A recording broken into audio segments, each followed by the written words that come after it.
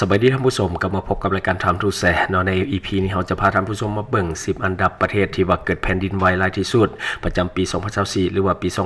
2567ที่ผ่านมาเนาะเพราะว่าในปัจจุบันเราเองก็อยู่ในส่วนของเหตุการณ์แผ่นดินไหวเนาะซึ่งว่าตอนนี้หลายคนก็โศกเศร้าเสียใจและก็แสดงความเสียใจกับครอบครัวผู้ที่ว่าเสียชีวิตจากเหตุการณ์ดังกล่าวบ่ว่าจะอยู่ในประเทศไทยหรือว่าประเทศเมียนมาก็ดีเนาะซึ่งว่าในปัจจุบันสำหรับเมียนมาเนาะผู้ที่ว่าเสียชีวิตนี่เกิน 1,000 คนขึ้นไปแล้วเนาะและในปัจจุบันก็ยังมีการค้นคนซากปรักหักพังที่เกิดจากเหตุการณ์ตึกถล่มในเหตุการณ์แผ่นดินไหวที่ผ่านมาเนาะอันนี้ก็หลายคนก็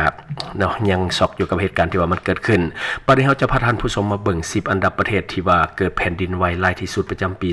2567หรือว่าปี2024ที่ผ่านมาซึ่งว่าอันดับที่1นี่มีการเกิดแผ่นดินไหวหลายเนาะเป็นประวัติการณ์เลยก็คือ 1,971 ครั้งภายใน1ปีก็คือปี2024ที่ผ่านมาเนาะเดี๋ยวเราจะเปิดรายชื่อ10ประเทศที่ว่าเกิดเหตุแผ่นดินไหวหลายที่สุดเนาะประจำปี2024พบว่าเนาะญี่ปุ่นนี่บ่ได้เป็นประเทศที่เกิดแผ่นดินไหวหลายที่สุดอย่างที่หลายคนคาดการเอาไว้แต่ว่าเป็นประเทศอื่นที่เกิดแผ่นดินไหวซึ่งว่าตัวนี้จะบ่ได้ระบุว่าเกิดแห่งเกิดข่อยเนาะบางครั้งนี่ก็อาจจะบ่เท่าใดลิกเตอร์เนาะ1 2 3ว่าสิก็ว่าไปเนาะแต่ว่าได้นับรวมกันว่ามันมีจักครั้งที่เกิดขึ้นสำหรับแผ่นดินไหวนี่ถือว่าเป็นภัยพิบัติธรรมชาติที่หลายคนหวาดกลัวเนาะเพราะว่าเฮาเองก็หลีกเลี่ยงบ่ได้ดอกเพราะว่าเฮาเองก็พยากรณ์บ่ได้ล่วงหน้าว่ามันจะเกิดยามใดแล้วก็เกิดขึ้นครั้งหนึ่งเนาะมันก็สร้างความเสียหายมหาศาลอย่างที่เป็นอยู่ในปัจจุบันเนาะสิว่าเกิดขึ้นที่เมียนมาเนาะและก็สั่นสะเทือนมาฮอดทางเมืองหลวงของประเทศไทยก็คือกรุงเทพมหานครและก็เมืองหลวงของประเทศลาวอย่างนครหลวงเวียงจันทร์ก็ได้รับผลกระทบเช่นเดียวกันแต่ส่วนใหญ่สำหรับนครหลวงเวียงจันทร์ของพวกเฮาก็คือจะได้รับผลกระทบเฉพาะจะรู้สึกได้เฉพาะตึกที่มีความสูงเนาะประมาณ10ชั้นขึ้นไปเนาะประเทศไทยเองก็หากระพึกกระเสริญกับเหตุการณ์ที่เกิดเหตุแผ่นดินไหวเนาะที่ว่าเป็นเหตุการณ์ใหญ่ที่หลายคนน่าจะเห็นเนาะที่ว่ามีศูนย์กลางอยู่ที่เมียนมาเนาะเกิดขึ้นเมื่อวันที่28มีนาคมปี2024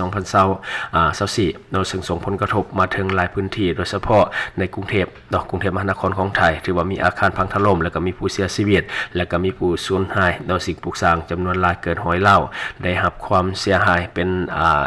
สถานการณ์ที่บ่น่าเชื่อว่าจะเกิดขึ้นกับประเทศไทยเนาะของไทยที่อยู่ในที่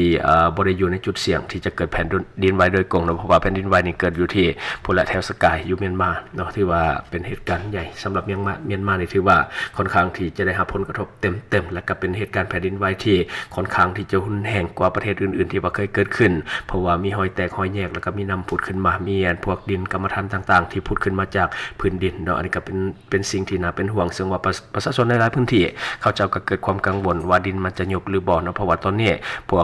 ดินที่มันคล้ายๆลาวามันก็ยังผุดขึ้นมาเนาะแต่ในขณะเดียวกันเรามีหลายประเทศทั่วโลกที่มีตำแหน่งที่ตั้งอยู่ใกล้กับหอยเลื่อนหรือว่าหอยขอบแผ่นเปลือกโลกต่างๆเฮ็ดให้ในแต่ละปีจะเจอกับเหตุการณ์แผ่นดินไหวจนแทบจะเป็นเรื่องปกติตัวอย่างคือแถบญี่ปุ่นหรือว่าอินโดนีเซียเนาะจะเป็นประเทศที่สิ้นซากกับเหตุการณ์แผ่นดินไหวเพราะว่าประเทศของเขาเจ้านี่ค่อนข้างที่จะตั้งอยู่ในแถบหอยเลื่อนของแผ่นเปลือกโลกเนาะฉะนั้นบ่แปลกใจที่ว่าจะเกิดแผ่นดินไหวได้ง่ายๆเนาะ คือ earthquakelist.org เนาะก็คือเป็นองค์กรรวบรวมข้อมูลเกี่ยวกับแผ่นดินไหวที่ว่าเกิดขึ้นทุกที่เนาะในทั่วโลกได้จัดอันดับประเทศที่เกิดแผ่นดินไหวเนาะอย่างแต่ละประเทศเนาะเหตุการณ์ที่ว่ามันเกิดแผ่นดินไหวในแต่ละปีเขาเจ้าก็มีการบันทึกโดยอัปเดตทุกวันและก็อิงตามข้อมูลจากสำนักงานสำรวจธรณีศาสตร์ของสหรัฐหรือว่า USGS เนาะรวมทั้งศูนย์แผ่นดินไหวของยุโรปเนาะเมดิเตอร์เรเนียนเนาะหรือว่า EMSC เนาะอันนี้ก็คือศูนย์ข้อมูลเกี่ยวกับเรื่องของการเก็บสถิติข้อมูลเกี่ยวกับเหตุการณ์แผ่นดินไหวในแต่ละประเทศเนาะจังหวัดแต่ละประเทศก็จะมีการรายงานอยู่แล้วเนาะฉะนั้นจะเป็นสื่อกลางในการสรุปและก็มานำเสนอข้อมูลให้เฮาฮู้อย่างในปัจจุบันเนาะโดยแผ่นดินไหวใดๆที่ว่ามีขนาดตั้งแต่4ขึ้นไปเนาะจะถูกนับรวมตราบใดที่ว่าศูนย์กลางแผ่นดินไหวอยู่ห่างจากประเทศนั้นๆเนาะบ่เกิน300กิโลเมตรก็จะนับเป็นแผ่นดินไหวของประเทศนั้นๆเนาะก็คือตั้งแต่4แมกนิจูดเนาะแมกนิจูดขึ้นไปหรือว่า4ริกเตอร์ขึ้นไปเนาะก็จะนับเป็นแผ่นดินไหวของประเทศนั้นๆในวันที่31มีนาคมเนาะประเทศที่ได้รับผลกระทบแผ่นดินไหว หลายที่สุดของปี 2568 หรือว่าปี 2025 ก็คืออินโดนีเซียเนาะมีแผ่นดินไหวไปแล้วนับตั้งแต่ขนาด 4 ริกเตอร์ขึ้นไปแล้วก็คือภายในระยะเวลาขออภัยภายในระยะ300 กิโลเมตรห่างจากประเทศอินโดนีเซียจำนวน 507 ครั้งเฉพาะแต่ปี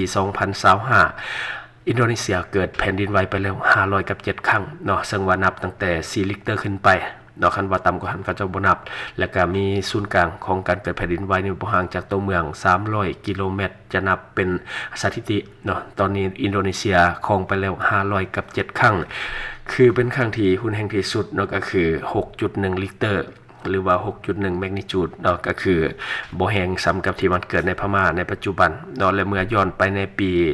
2567เนาะก็พบว่า10อันดับประเทศที่เกิดแผ่นดินไหวหลายที่สุดเนาะก็คือปี 2024 นี่แหละมาเบิ่งนำกันว่ามันมีประเทศใดที่ว่าเกิดแผ่นดินไหวหลายที่สุดอันดับที่1เนาะหลายคนบ่คาดคิดเลยก็คือเม็กซิโกซึ่งภายในปี 2024 ที่ผ่านมาเกิดแผ่นดินไหวทั้งหมดอยู่ที่ 1,971 ครั้งโดยครั้งที่รุนแรงที่สุดมีแต่ 6.4 ริกเตอร์หรือว่า 6.4 แมกนิจูดเท่านั้นเนาะสำหรับเม็กซิโกถือว่าเป็นประเทศอันดับหนึ่งที่เกิดแผ่นดินไหวแต่แปลกว่าคนแถวบ้านเฮาบ่ค่อยฮู้ว่าเม็กซิโกเกิดแผ่นดินไหวเนาะส่วนหลายบ้านเฮาจะฮู้แต่อินโดนีเซียแล้วก็จะฮู้แต่ญี่ปุ่นว่าเกิดแผ่นดินไหวแทบจะเป็นเรื่องปกติของประเทศเขาเจ้าแต่ว่าอันดับหนึ่งแท้ๆคือเม็กซิโกและอันดับที่2ก็คืออินโดนีเซียเนาะอินโดนีเซียเนี่ยเขาเจ้าขึ้นชื่ออยู่แล้วเนาะคือโด่งดังไปทั่วโลกเรื่องของแผ่นดินไหวเพราะว่าที่ตั้งทำเลของอินโดนีเซียก็คืออยู่ในเขตที่มันมีจุดความเสี่ยงเนาะที่เป็นรอยต่อของแผ่นเปลือกโลกต่างๆจึงเฮ็ดให้มีโอกาสเกิดแผ่นดินไหวได้ง่ายซึ่งว่าครั้งที่รุนแรงที่สุดเนาะที่ว่าเคยเกิดขึ้นในปี 2024เนาะที่ว่ารุนแรงที่สุดก็คือ 6.4 ริกเตอร์ซึ่งว่ายังต่ำกว่าที่เกิดในเมียนมาในปัจจุบันเนาะอันนี้ก็คืออินโดนีเซียเกิดทั้งหมดอยู่ที่ 1,872 ครั้งเนาะอันนี้ 1,872 ครั้งสำหรับอินโดนีเซียเกิดแผ่นดินไหวในปี 2024และต่อมาแน่นอนก็คือประเทศญี่ปุ่นเนาะหลายคนอาจจะคิดว่าญี่ปุ่นโดยซ้ำที่จะเป็นที่1ในโลกนี้ที่ว่าเกิดแผ่นดินไหวเนาะแต่ที่จริงนะญี่ปุ่นน่ะอันดับที่3สำหรับปี 2024ซึ่งรวมทั้งหมดที่ว่าเกิดแผ่นดินไหวก็คืออยู่ที่ 1,563 ครั้งโดยครั้งที่ว่ามีความรุนแรงที่สุดก็คือจะสูงกว่าทั้งเม็กซิโกและก็อินโดนีเซียก็คืออยู่ที่ 7.5 ริกเตอร์หรือว่า 7.5 แมกนิจูดเนาะซึ่งว่าค่อนข้างที่จะแห้งพอๆกับที่เกิดในประเทศไทยเนาะซึ่งว่าห่างกันน้อยเดียวเนาะแล้วต่อมาอันดับที่4ก็คือประเทศฟิลิปปินส์เนาะฟิลิปปินส์นี่เกิดทั้งหมดภายในปี 2024อยู่ที่ 997 ครั้งเนาะสำหรับเหตุการณ์แผ่นดินไหวในฟิลิปปินส์เนาะและก็โดยครั้งที่รุนแรงที่สุดก็ค่อนข้างแห้งอยู่ก็คืออยู่ที่ 7.1 ริกเตอร์เนาะก็คือเกือบเท่าที่เกิดในประเทศไทยในช่วงที่ผ่านมาและต่อมาอันดับที่5ก็คือประเทศชิลีเนาะรวมทั้งหมดที่ว่าเกิดแผ่นดินไหวในปี 2024ก็คือ 875 ครั้งโดยครั้งที่มีความรุนแรงที่สุดก็คือ 7.4 ริกเตอร์เนาะอันนี้ก็ถือว่าค่อนข้างที่จะรุนแรงซึ่งสามารถสร้างความสั่นสะเทือนเหตุให้ตึกหรือว่าบ้านเรือนเพพังได้ง่ายเนาะและต่อมาก็คืออันดับที่6ก็คือกัวเตมาลาเนาะกัวเตมาลานี่ก็คือเกิดแผ่นดินไหวภายในปี 2024อยู่ที่704 ครั้งโดยครั้งที่ว่ารุนแรงที่สุดก็คืออยู่ที่ 6.4 ริกเตอร์และต่อมาก็คือประเทศไต้หวันอันดับที่7ประเทศไต้หวันเนาะรวมทั้งหมดที่ว่าเกิดแผ่นดินไหวภายในปี 2024อยู่ที่655 ครั้งโดยครั้งที่รุนแรงที่สุดมีความแรงอยู่ที่ 7.4 ริกเตอร์เนาะและต่อมาก็คืออันดับที่8ก็คือปาปัวนิวกินีเนาะปาปัวนิวกินีก็คือรวมทั้งหมดที่เกิดแผ่นดินไหวในปี 2024อยู่ที่637 ครั้งโดยครั้งที่มีความรุนแรงที่สุดก็คืออยู่ที่ขนาด 6.9 ริกเตอร์เนาะนี่ก็คือปาปัวนิวกินีและต่อมาอันดับที่10ก็ขออภัยอันดับที่9ก็คือประเทศเปรูเนาะก็คือรวมทั้งหมดที่เกิดแผ่นดินไหวในปี 2024อยู่ที่624 ครั้งโดยครั้งที่มีความรุนแรงที่สุดก็คือขนาด 5.8 ริกเตอร์และอันดับที่10ก็คือสุดท้ายเล่าก็คือประเทศจีนเนาะที่ว่าอยู่ใกล้กับเฮาก็คือจีนแผ่นดินใหญ่รวมทั้งหมดที่ว่าเกิดแผ่นดินไหวในปี 2024ที่ผ่านมาก็คืออยู่ที่591 ครั้งโดยครั้งที่มีความรุนแรงที่สุดสำหรับเกิดในจีนก็คืออยู่ที่7 ริกเตอร์เนาะก็คือค่อนข้างที่จะแห้งเนาะก็สามารถที่จะสร้างความเสียหายให้บ้านเรือนได้เนาะอันนี้ก็คือทั้งหมด10ประเทศเหตุการณ์ที่เกิดแผ่นดินไหวหลายที่สุดในโลกก็คืออันดับ1เม็กซิโกอันดับ2ก็คืออินโดนีเซียอันดับ3คือญี่ปุ่นอันดับ4ก็คือฟิลิปปินส์และก็อันดับ5ก็คือชิลีอันดับที่6ก็คือกัวเตมาลาและก็อันดับที่7ก็คือไต้หวันและอันดับที่8ปาปัวนิวกินีอันดับที่9ก็คือเปรูและก็อันดับที่10ก็คือประเทศจีนเนาะเพื่อนบ้านของเฮานี่เองเนาะและนอกจากนี้เมื่อย้อนไป ไปเบิ่ง10ปีที่ผ่านมาในระหว่างปี2558หาปี2567ยังพบว่าอินโดนีเซียเกิดแผ่นดินไหวหลายที่สุดในโลกอยู่ที่อยู่7ปีก็คือเกิดแผ่นดินไหวหลายที่สุดในโลกอยู่7ปีส่วนอีก3ปีที่เหลือก็คือเม็กซิโกมีแผ่นดินไหวหลายที่สุดก็คือสลับกันไปสลับกันมาระหว่างเม็กซิโกและก็อินโดนีเซียคือเม็กซิโกนี่เราบ่ค่อยได้ยินเหตุการณ์แผ่นดินไหวปานใดแต่ว่าอินโดนีเซียนี่ก็เกิดแผ่นดินไหวอย่างว่าที่อันดับ1ในโลกเลยก็คือ7ปีซ้อนที่ผ่านมาแต่ว่าเม็กซิโกนี่เราบ่ค่อยได้ยินอาจจะย้อนอินโดนีเซียอยู่ใกล้บ้านเฮาเฮาจึงได้รับข่าวสารหลายแล้วก็ในขณะเดียวกันที่ญี่ปุ่นก็จะอยู่ในอันดับที่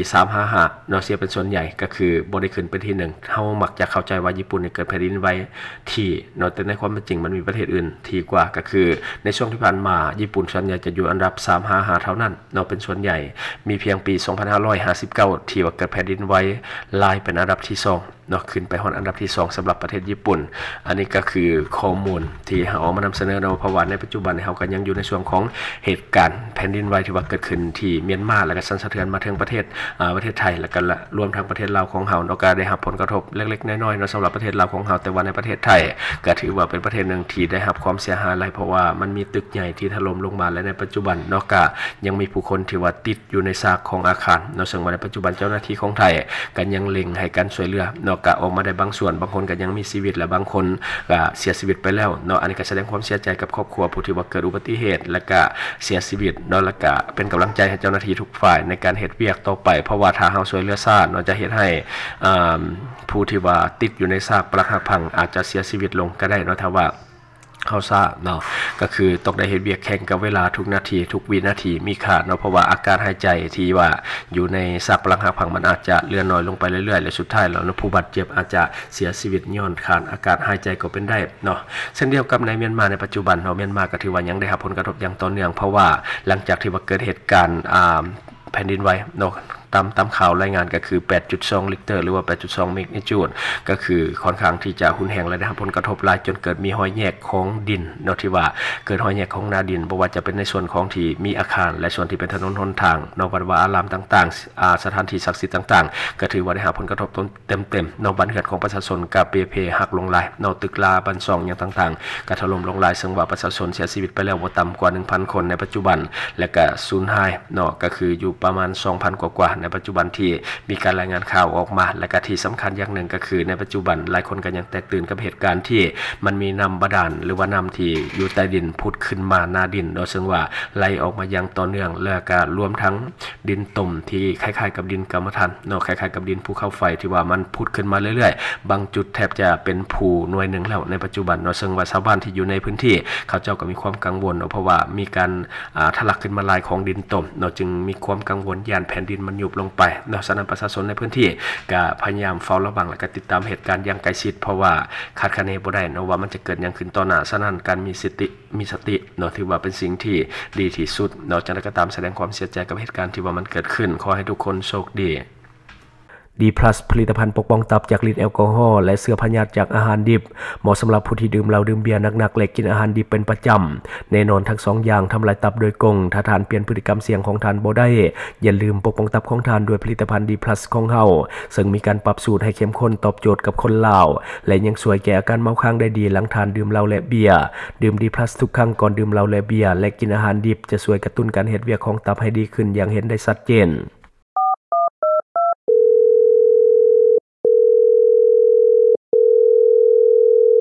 สนใจโฆษณาประชาสัมพันธ์ธุรกิจและผลิตภัณฑ์ของท่านผ่านรายการของเฮาสนใจติดต่อตามข้อมูลที่ขึ้นหน้าจอในปัจจุบันได้เลย